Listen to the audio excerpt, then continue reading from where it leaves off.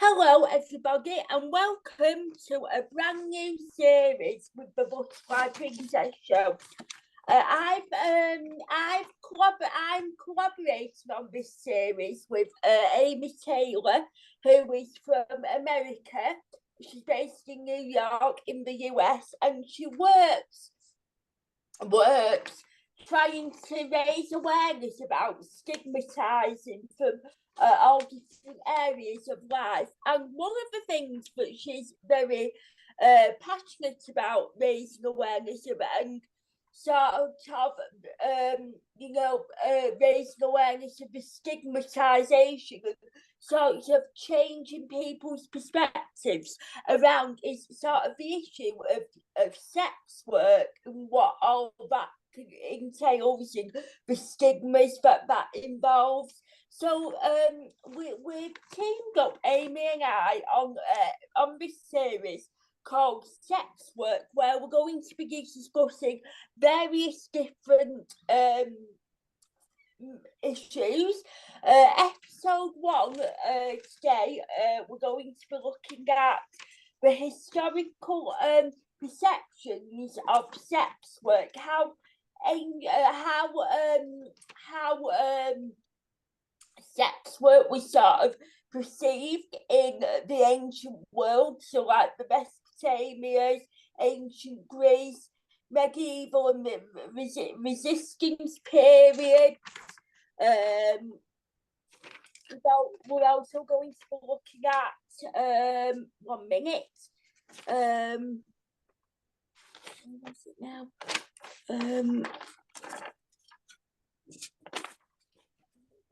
Just 1 minute. We're going to be looking at the Victorian era, the 19th and 20th centuries, Victorian era, the earlier 20th century, and the late 20th and 21st, early 21st centuries. We're also going to be talking about the sexual revolution between the decades of the 60s and 70s. And also we're going to be discussing modern perspectives. So it's going to be a really interesting series, this series, and I hope that people will learn a lot from it and be able to look at sex work in a whole different sort of perspective. So I'm sorry, I'm just getting my papers sorted. So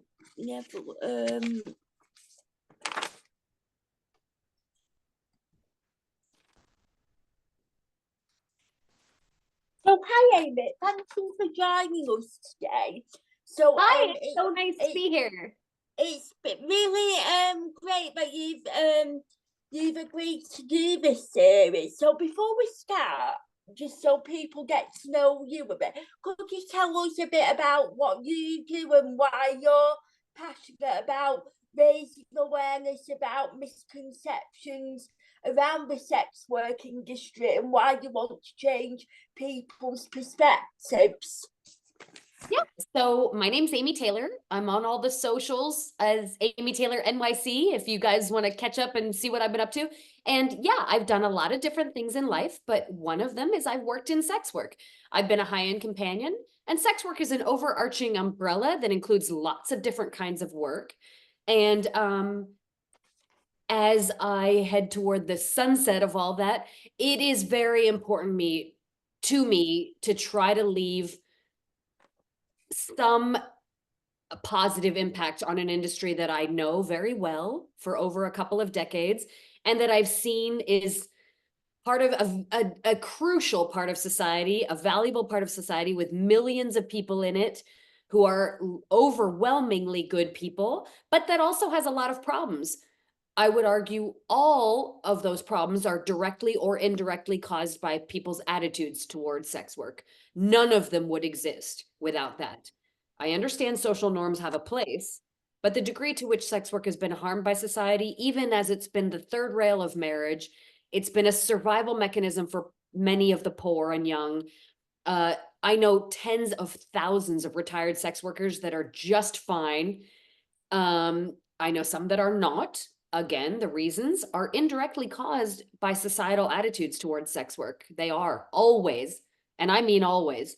And so it's important to me, if I didn't do something to try, and I don't know that I'll succeed in leaving my world and my people that I care about in a less harmed way, then it would have all been for nothing. And so I will continue to stand for my people. And basically, we own our bodies. The state does not. Crazy people who want to control us do not own our bodies. We do. And no government's ever going to change that. We see throughout all of human history that they never have, and they never will. And so I'm of the attitude that we can do a lot in the harm reduction space. And look, people, even if you hate sex work and hate sex workers and their clients, you know somebody and love somebody who is one or has been one. I promise that you do. You may not know it. And you do know a client, former or current, and you may not know it. And so these are people, they're part of our world, and we can do better by them. And today we're going to talk about the history. So I'd like to talk about the fact that we have always existed. And guess what? We always will. So talking about like you just said, so like we're talking now about the history, as I mentioned, sort of like the ancient civilizations, so Mesopotamian, ancient Greece, and stuff like that. So, like you said, sex work and sex workers have always existed, even from many millennia ago. So let's talk about, firstly of all, Mesopotamia and ancient Greece. So how like I said, our work has existed in various forms throughout history. Cultural attitudes have evolved over time. There have always been kind of taboos, but those have been more or less, those have been influenced by religion, culture, legal factors, and they continue to be. So if you kind of look at how previous societies treated us, you can think about challenging some of the enduring stereotypes and promoting social justice for what is millions of people in my country alone, and yours too. So yeah, Mesopotamia and ancient Greece. So interestingly, sex work, and I mean erotic dancing and even outright sex for money, sexual acts, was often associated with the church and the temples. There were temple prostitutes. They were considered sacred, and they were considered to play a vital role in rites of worship. Now, I know that's hard for people to think about, that if you went to your temple, mosque, or church, that you would have hookers there. But honestly, I think that'd be kind of lit, but I know people don't agree with me. Jokes aside, yeah, they were involved in worship and fertility rites because they tended to be the young and fertile. And so they had a different relationship between God and sex than we have. A very sex phobic one now, particularly in Western Caucasian culture, but maybe in all. But that wasn't always the case. It was complex in Mesopotamia. And then a little later, ancient Greece also had a kind of a complex view. Most people know that those cultures were also different to LGBTQ rights. It was much more normal for them. But also, while some forms of sex work in ancient Greece were stigmatized, others were well respected. There was a term called hetarai, Hetairai, for those who want to Google it and read about it. Those were kind of educated courtesans. They were fancy. Let's be honest, they were like me, or geishas in Japan that many people have heard of. And they were also often well respected for artistic abilities, intellect, and they worked in contrast to lower status brothel workers. That is similar to how it is now in many countries. And we call it the hierarchy. Get it? Hierarchy. And it's not great because no human is better than another, but status is part of society. People judge each other based on accomplishments, status, family, wealth, looks, all these things, abilities. And so Greece did have kind of the high-end courtesan thing, heterae, and then brothel workers that didn't fare as well. And then in the rest of the ancient world, we can think about ancient Rome. huge, very successful society for thousands of years, they tried legalizing, regulating, and taxing our work. We were required to register, which of course is terrible, because once you're on a registry, you are kicked out of housing, work, you are stigmatized forever. So in their effort to regulate, they caused actually a lot of stigma. Databases are tough that way. And so we got marginalized, we lacked social standing because of these registrations. But the work was legal, so they weren't just outright thrown in prison, so that was nice. But the Rome kind of viewed it as a legal necessity, a social necessity, albeit one that was stigmatized. You can think of that as the same way it's handled in a lot of Europe or Canada or Australia now, or the way strip clubs are viewed in America, that they're legal, but they're still very problematic, and they still stigmatize and punish the workers that work within the systems. So ancient world wasn't perfect either. Of course. And now I wanted to like discuss the sort of medieval and Renaissance period, because obviously, you know, we're talking about the church, and obviously very religious. Now they had a sort of different view to the ancient world, because they sort of saw it as, especially the Catholic Church influence, led a more moralistic view of the work of sex work. They sort of viewed it as a very sinful act, and sex workers within the medieval and Renaissance period faced a lot of severe punishment because of the work that they did. That's correct. You're exactly right.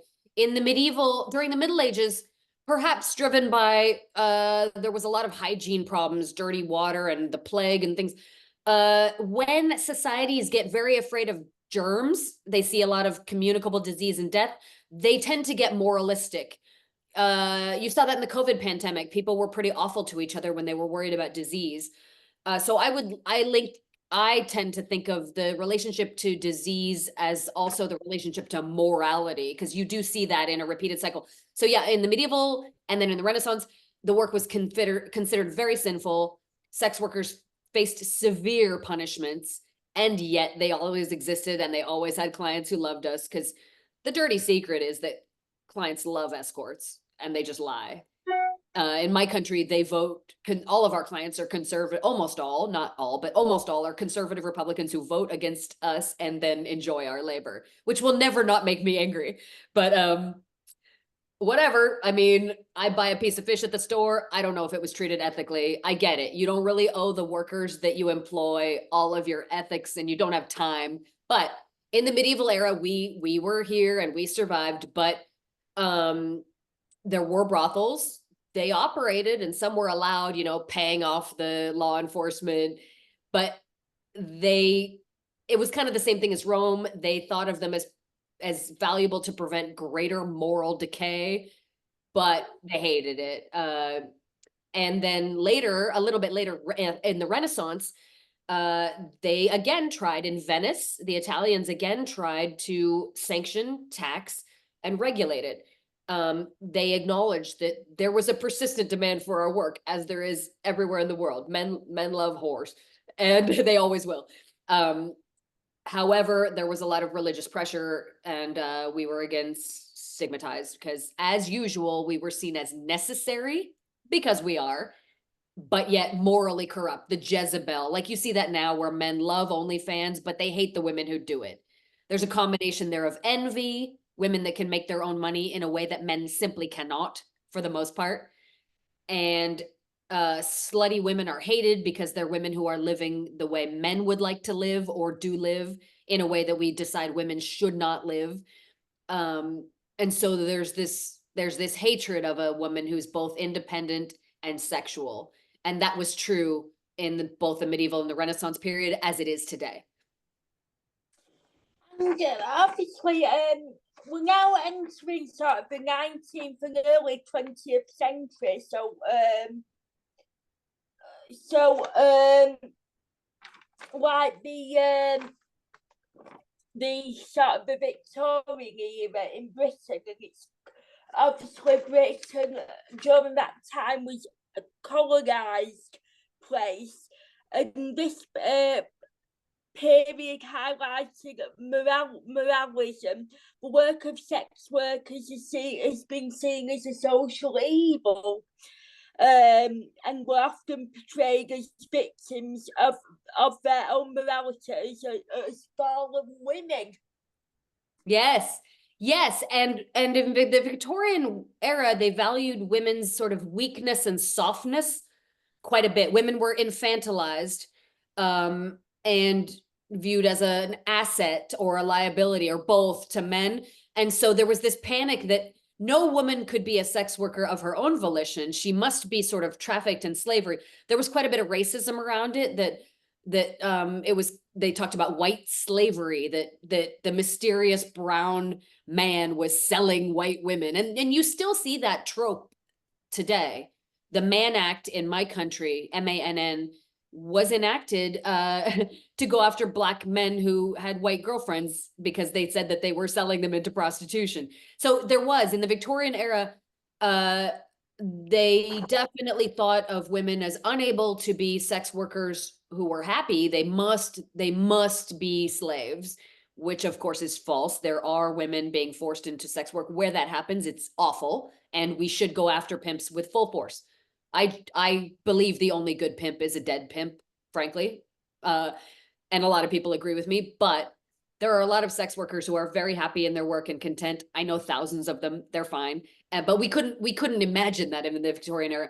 And then as we got better with medical testing, Britain made great strides in medicine, spectacular, and in lifespan. But they used some of their strides in medical testing to subject sex workers to mandatory health inspections. That's not a bad thing. We do that in brothels, and it's good to control disease. The pornography industry does that too, and that's a good thing. But along with that came a lot of stigma. For instance, brothels in my country, you cannot leave for the weeks that you work there. And that's because they say you might spread disease, right? You might leave the brothel, sleep with some guy, come back with something, but it ends up making the brothel effectively a prison, right? Under the guise of medical safety. So again, complicated in England in the 19th and early 20th century, as usual. And obviously, this act that was introduced was called the Contagious Diseases Act, and this was introduced in Britain, and it was aimed to control the spread of STIs, like you say, by subjecting sex workers to mandatory health inspections. Yeah. Yeah, on the surface, that's not a bad thing, but where it's used to, again, collect databases and then harm people, you lose your medical care, you lose your housing, right? Databases are scary things. They collect information, and information can be used to harm. So again, I don't have any better ideas. I'm not against medical testing of sex workers to control disease, but everything's got an upside and a downside, as usual. So obviously, as well, as we move to the earlier 20th century, so we've moved on now from the Victorian era, and this 20th century saw a shift towards criminalisation and repression influenced by a growing feminist and social purity movements. Obviously, I don't want to go into too much about feminism in this episode because that's going to be a future episode. But again, so like, even though it's a society, sex work has always been there. There's always been this sort of stigma, and even though things are more legalized now in other countries, which we'll talk about in episode 2 about cultural attitudes, there's still a lot of stigma because feminists and all that. Yes, you make a brilliant point. The horrid nature of being a sex worker is that both sides hate us. The religious conservatives hate us, and the feminist liberals claim that we promote entitlement of men and patriarchy. So we get it from both sides, which is real fun. And that did start the feminist movement. While it did a great deal of good worldwide and in my country, they thought of sex workers as sort of Jezebels that promoted the patriarchy. So yeah, we get it from both sides, which is real fun. Nobody's an ally. And yet both sides love to hire us, which is, Yeah. So, and then obviously we move on then to sort of the late 20th and early 21st century. So the sexual revolution of like the 1960s and the 70s brought again more significant change for sex workers, because the introduction of the sexual revolution challenged traditional norms around sexuality and sex, and obviously made people be more open and have more honest conversations around sex and everything. Yes. Worldwide, I mean, the people love to make fun of boomers, and yeah, they've done some things, but they did do a lot for civil rights. That generation, with its great privilege of less war and an incredible economy, they've done a lot for civil rights, including for sex workers and for basic sex positivity. So yeah, Coyote is a great worldwide organization. In my country, SWOP, actually not just my country, you have SWOP, that's SWOP, Sex Workers Outreach Project.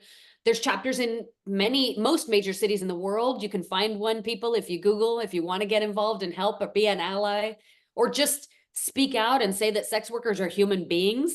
Even that does a lot. If you want to be our friends, even if you don't like us, you can just tell people that a dead hooker is not a funny joke and that we are human beings, because we are. And that started in the early 21st century, where people just wanted to be a little less phobic around sex. And it was pretty revolutionary that people wanted to do this. And I think it was good.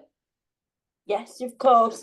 And so we're going to talk about like modern perspectives and common cultural attitudes in episode 2. So this now, ladies and gentlemen, concludes episode 1. So thank you, Amy, for sharing, the ancient, taking us on a bit of a history tour about the world of sex work and sex workers. I hope you can all tune in to episode 2, where we'll be looking at cultural attitudes. Stay tuned, friends. Thanks for listening. Thank you. So I'll stop recording now, and then we'll just jump straight into episode 2 if you're okay with that. Okay, I'll let you redo an intro and things. I'll just wait. Okay. Yeah.